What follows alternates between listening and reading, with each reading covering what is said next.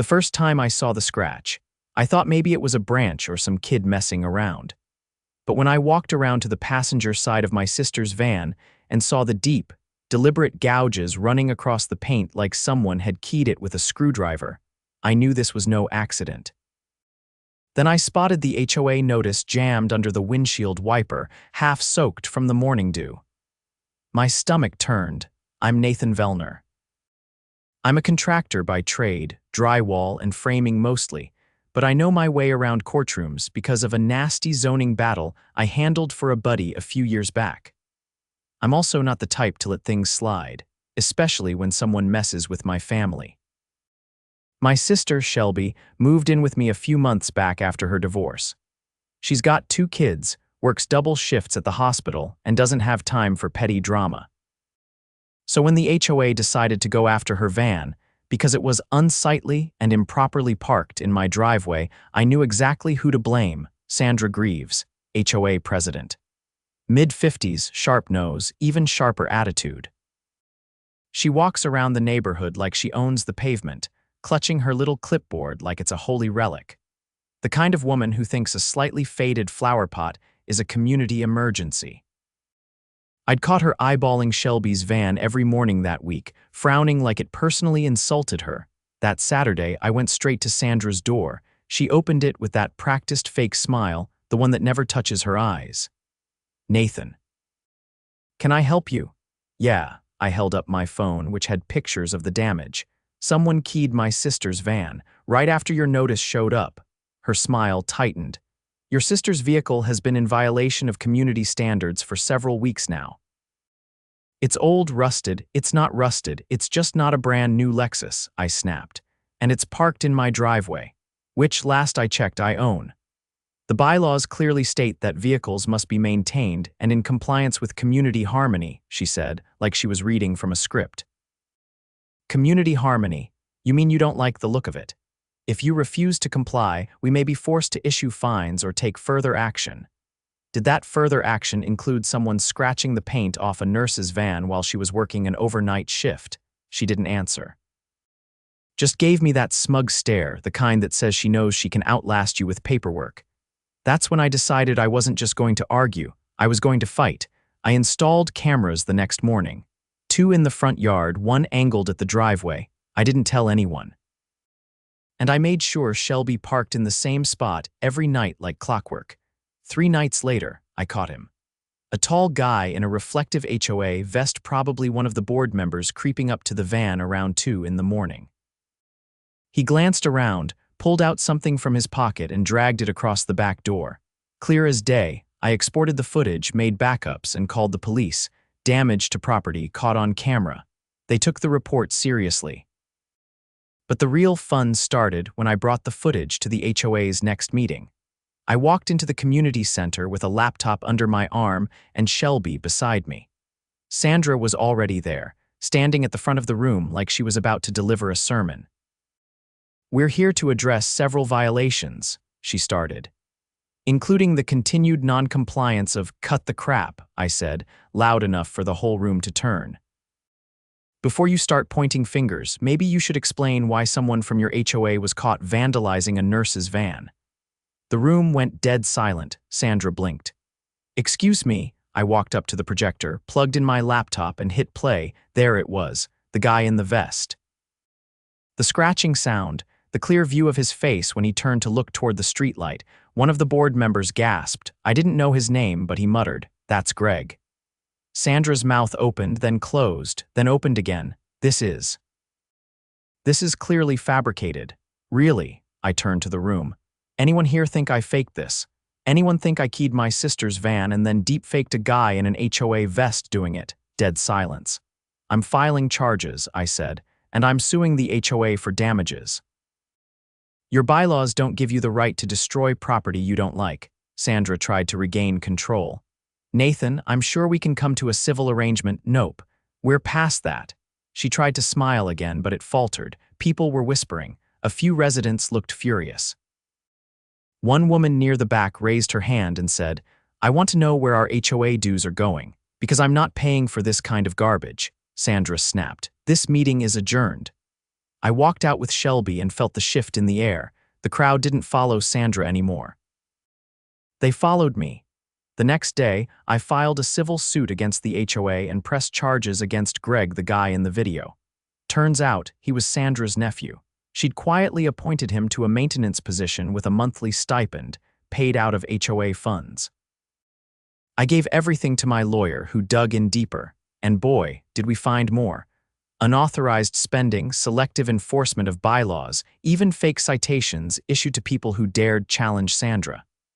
She'd been running the HOA like her personal fiefdom, and no one had called her on it until now. The court date was set for 3 weeks later. I showed up with Shelby, my lawyer, and a folder full of printouts, photos, and footage. Sandra came in last, dressed like she was heading to a funeral, flanked by a stiff-looking guy in a Navy suit, her attorney, or so we thought. The judge entered. We were sworn in. My lawyer began laying out the timeline: vandamaged, HOA notice issued, video footage, connection to Sandra's appointed board member. Then her lawyer stood up and said, "Your Honor, my client has just informed me of details that were not disclosed during our initial consultation. I respectfully withdraw as counsel." Just like that, Sandra looked like she'd been slapped in the face. She stammered, tried to protest, but the judge shut it down cold. "You may retain new counsel, but this case proceeds as scheduled." From there, it unraveled fast. And I wasn't about to let her crawl out of the mess she made. As the bailiff escorted Sandra out of the courtroom to give her a chance to secure new counsel, my attorney leaned over and whispered, "She's unraveling. You hit a nerve deeper than I expected." I didn't respond. I was too focused on the reactions in the gallery. Every pair of eyes was locked on me and Shelby, no longer with suspicion or doubt, but with curiosity, some with quiet awe. The courtroom buzzed with the kind of tension you could only get when people realized the emperor had no clothes. I didn't come here to win applause. I came to make sure Sandra never got to hide behind paperwork again. Outside, the sun had dropped behind the courthouse, stretching long shadows across the concrete. Shelby sat on the curb, arms wrapped around her knees, not saying anything. I sat beside her. "You okay?" I asked. She nodded slowly, then glanced at me.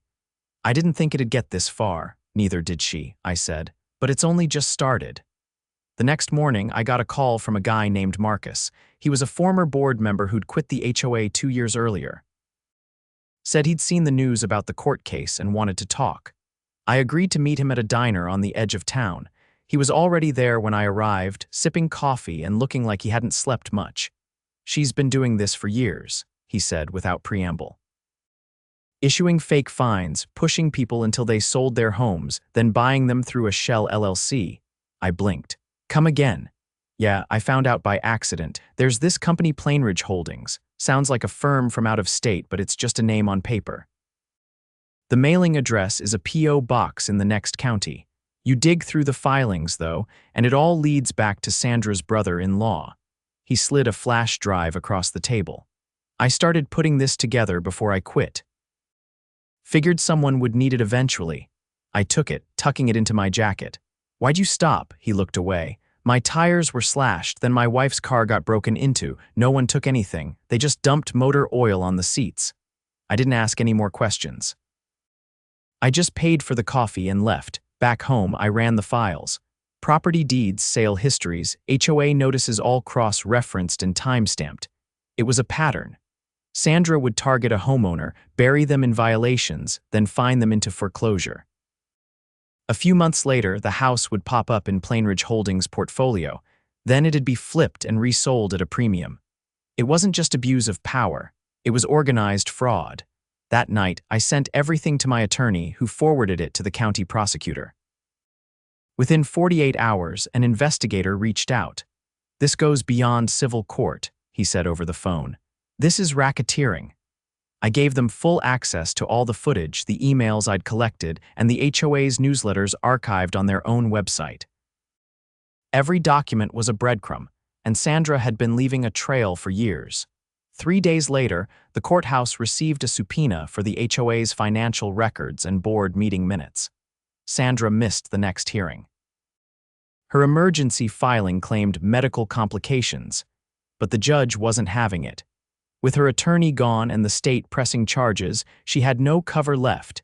In her absence, the court granted us discovery access. That meant we could finally dig into the HOA's internal records, bank statements, vendor contracts, everything. What we found made my stomach turn. Over $100,000 in maintenance fees paid to a landscaping company that didn't exist. The address listed for the company was an abandoned lot. The checks had been signed off by Sandra and Greg, the same Greg now facing vandalism charges. The next HOA meeting was scheduled for the following Saturday. It was supposed to be a routine budget discussion, but word had spread. By the time I got there, the community center was packed. Folding chairs filled every corner and people were standing along the walls. The usual quiet murmurs were gone. This crowd was awake. I walked up to the front and set my laptop on the podium. No one stopped me this time. "I'm not on the board," I said, "but I'm a homeowner and I think we need to talk." A few people clapped. Others just stared, waiting. I pulled up the documents one after the other. Falsified vendor payments, fake citations, the shell company buying up foreclosed homes. I showed them the court filings, the criminal investigation, the police report naming Greg. I didn't raise my voice. I didn't need to. Every face in that room changed. People who'd once whispered behind curtains were now furious. A man near the front, probably in his 70s, stood up and said, "She fined me $300 last year for having a cracked bird bath." A woman next to him said, "She told me I couldn't build a wheelchair ramp for my mother." Another voice shouted, "She made me tear down my swing set. It was like a dam broke."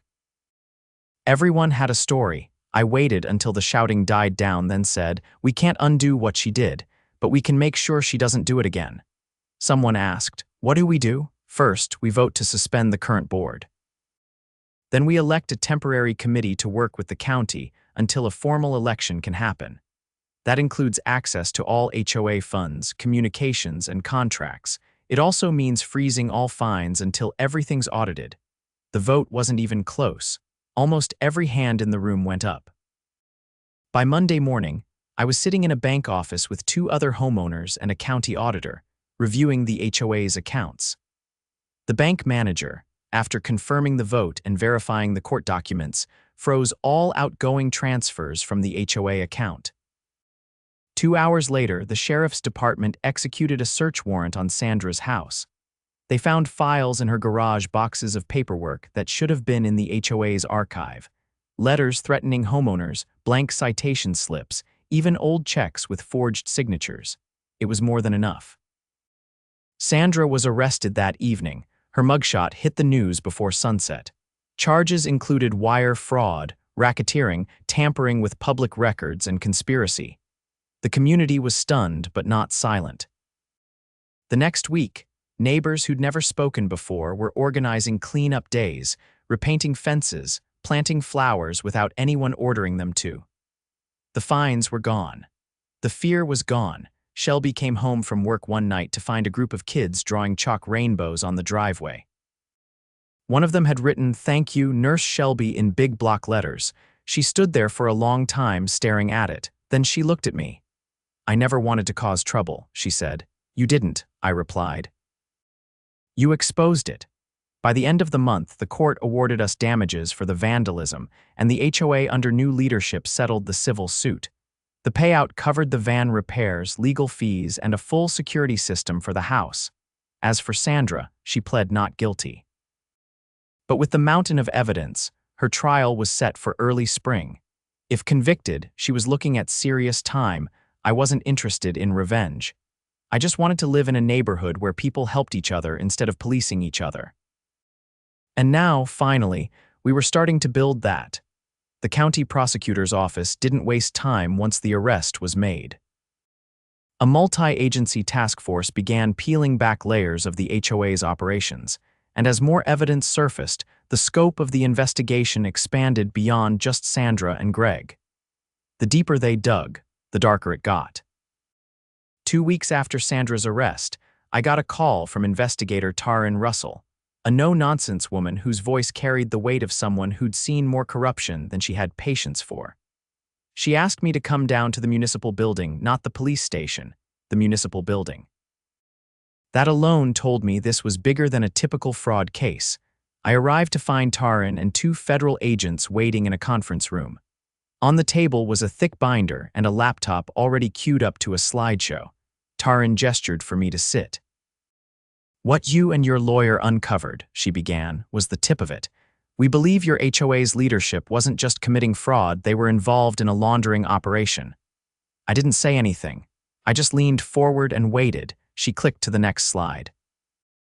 A web of property records, LLCs, and bank transfers lined the screen like a spider's nest.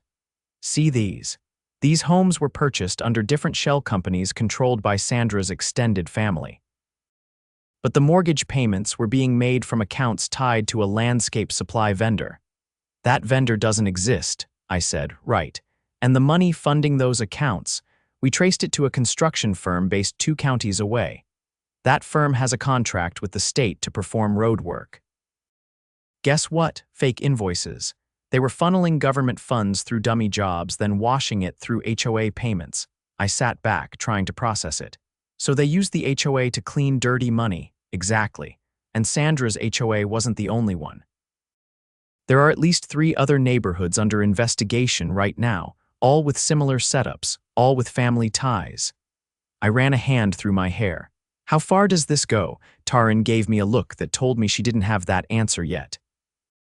"We're going to need your full cooperation," she said. "We're building a RICO case." The next few weeks blurred into a series of interviews, depositions, and secure emails. I signed affidavits, handed over every file I had, and sat through hours of questioning. Taryn's team wasn't just building a case against Sandra, they were building a case against a regional network of coordinated fraud. And somehow, my sister's van had been the thread that unraveled it all. Meanwhile, back in the neighborhood, the temporary board held elections. The new president, a retired postal inspector named Lenora, wasted no time assembling a full audit team. I stayed on as an advisor, mostly because I knew the systems inside and out now, and because people kept coming to me with their stories. One of them was a man named Everett, who'd lived 2 blocks over for 15 years. He knocked on my door one evening holding a shoe box full of unopened letters. "She find me every month," he said. "I stopped opening them after a while. Figured if I ignored it long enough, it'd go away." I opened one of the envelopes. The fine was for a non-compliant mailbox. The next was for perimeter foliage irregularities. Another for paint discoloration exceeding moderate tonal deviation. "I didn't know there was a code for paint tone deviation," I said. "That's because she made it up." We forwarded the entire box to the audit team, who confirmed that none of those citations had ever been approved in a board vote. They were fabricated. Everett had paid nearly $15,000 over the years trying to stay in good standing. The new board voted unanimously to refund every cent, but not everyone had been as lucky. A woman named Aisha, who'd lost her home the year before, reached out after hearing about the investigation. She'd been forced into foreclosure after the HOA tripled her monthly assessments and slapped her with legal fees for delayed compliance.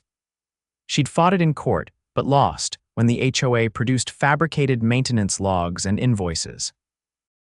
Taryn's team took her statement, pulled the court transcripts, and discovered that the HOA had submitted at least 7 forged documents. The judge who presided over that case was now under review for routinely ruling in favor of the same HOA legal firm across multiple neighborhoods. The corruption wasn't just deep, it was institutional. Then came the night someone tried to break into my garage. The alarm tripped at 2:17 in the morning. I checked the camera feed and caught a figure in a hooded sweatshirt trying to pop the side door lock. They took off when the floodlights kicked in, but I recognized the car that peeled away a dark green SUV that had been parked outside the old HOA office the day Sandra was arrested. The police responded fast. I showed them the footage, and they took it seriously. Within 2 days, they arrested the driver, a man named Victor Delgado. He wasn't just some random thug. He was the registered agent of one of the shell companies tied to a property the HOA had seized the year before. Victor cut a deal almost immediately. He named names: Sandra, her brother-in-law, Greg, and 2 others. a city permit officer, and a former HOA attorney who'd quietly resigned 6 months ago. They were all part of the scheme. The RICO case grew. By the time the first hearing was scheduled, over a dozen indictments had been filed. Sandra was facing a new, far more serious set of charges: money laundering, conspiracy, wire fraud, racketeering, witness intimidation. The judge denied her bail. Shelby, meanwhile, had been promoted at the hospital. She was on a new schedule, which meant she was home more often, and every time she pulled into the driveway, she smiled without flinching. No more citations, no more threats, no more keyed vans. One afternoon, she stood in the kitchen while I replaced the weather stripping on the back door. "You realize this whole thing started because I parked too close to the hedge," she said. "I think it started because someone thought they were untouchable," I replied. "Turns out they were wrong." She tapped her fingers on the counter. "You could have just let it go, you know." "A lot of people would have." "Yeah, well, a lot of people don't have a garage full of evidence and a grudge," she laughed. First time I'd heard her really laugh in months, the neighborhood started healing. The new board held open forums, posted every expense online, and eliminated the ridiculous aesthetic fines that had ruled everyone's lives. The HOA's newsletter now included things like community movie nights and gardening clubs, not veiled threats about mailbox heights. And then came the call from the state attorney general's office. They wanted to recognize me and a few others as whistleblowers in the formal proceedings, not just for the HOA takedown, but for helping expose a much larger fraud ring involving municipal contracts and state funds. I didn't care about the recognition, but I agreed to testify. The courtroom was larger this time, federal, cameras in the gallery, reporters everywhere. I took the stand and told the truth about the van, the cameras, the evidence, the way Sandra operated like a queen behind a picket fence. I named every person I had proof on, and I let the records speak for themselves. By the time I stepped down, the room was silent. Sandra never looked at me. She just stared at the table in front of her, as if she could will the wood grain to open up and swallow her whole. The trial lasted nearly 3 weeks. When the verdict came in guilty on all counts, the courtroom erupted, not with cheers, just quiet relief.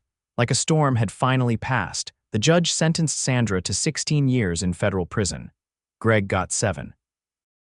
The others received varying terms, some in prison, some under house arrest. The city permit officer lost his license and pension. The attorney was disbarred, and the HOA, it was no longer just a name on a mailbox, it was a community again. One that learned the hard way what happened when power went unchecked. As for me, I went back to work. Rebuilt a few porches, helped a neighbor fix his fence. Life moved on, but the lessons stuck.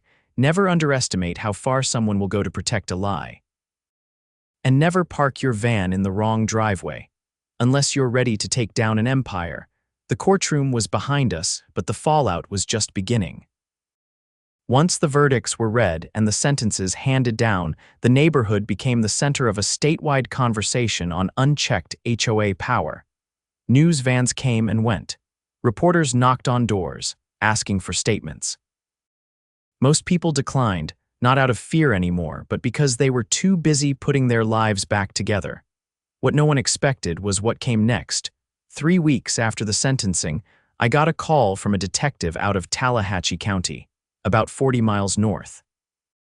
He introduced himself as Detective Kyle Merton and asked if I had a few minutes to talk. I figured it was about tying up loose ends from the trial. It wasn't.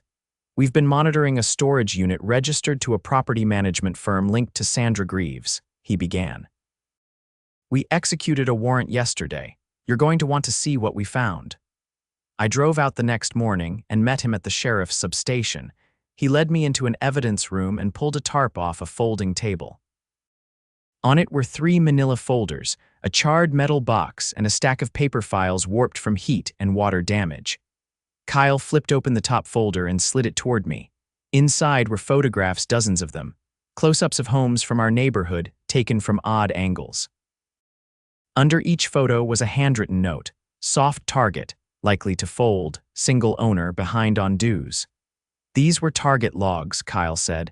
They were profiling residents, figuring out who would be easiest to pressure into selling. Most of these were elderly. A few were disabled.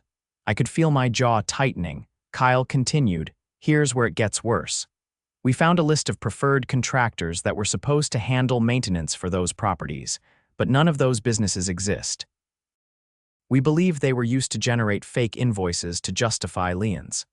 I flipped through more pages. Every document was signed, not just by Sandra, but by people I hadn't seen in court, new names. One of them jumped out immediately: Gerald Timmons. He hadn't been mentioned during the trial.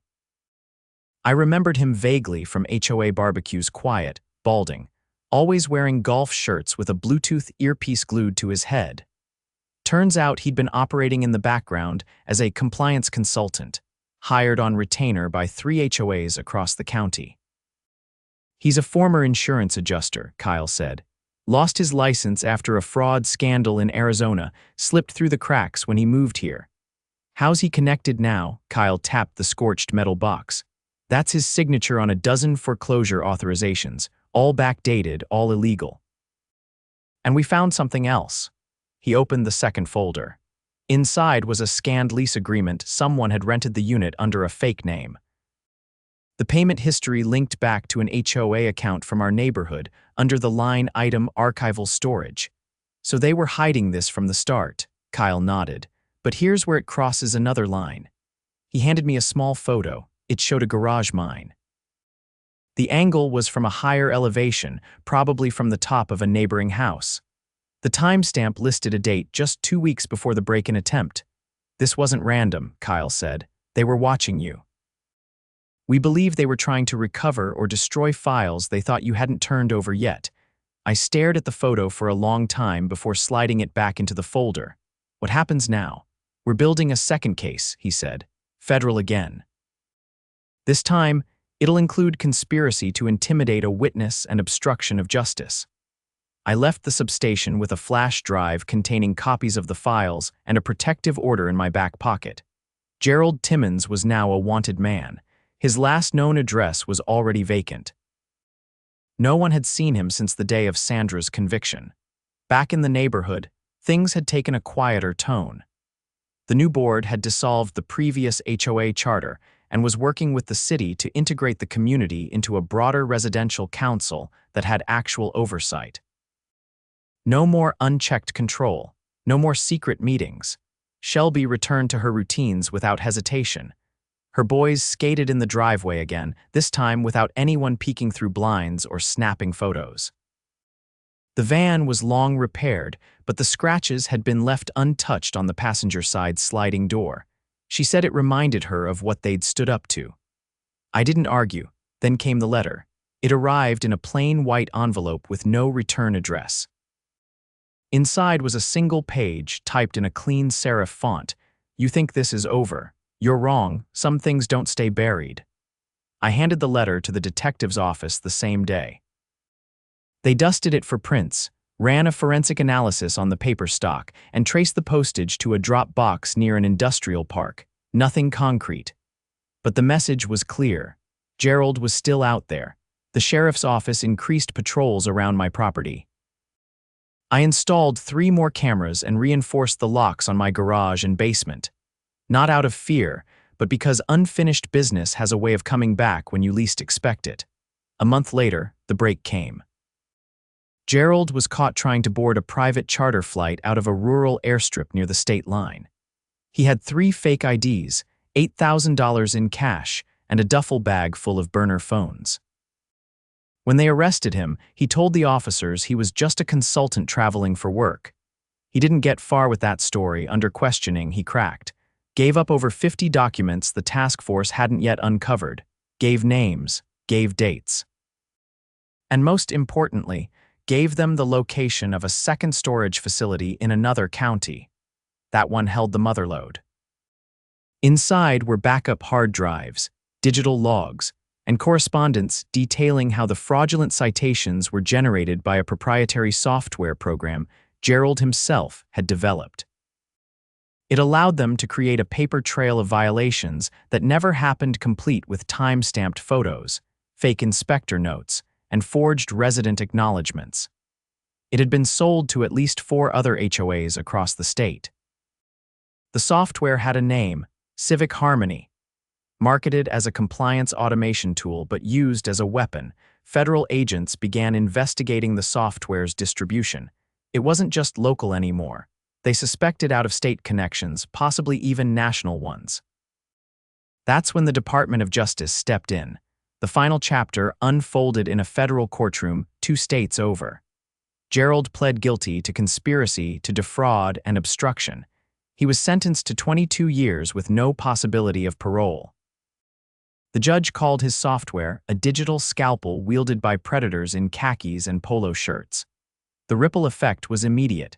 Several HOAs across the country suspended their compliance programs. State legislatures began drafting bills to place oversight on HOA enforcement powers. One lawmaker even cited our case directly, calling it a cautionary tale of what happens when unchecked authority festers beneath the prettiest lawns. Back home, the van was finally repainted. Shelby said it was time. The boys had drawn all over the old scratches with dry erase markers anyway. One of them wrote, "We win." I stood by the front porch with a cup of coffee, watching the new neighborhood council set up tables for a weekend barbecue.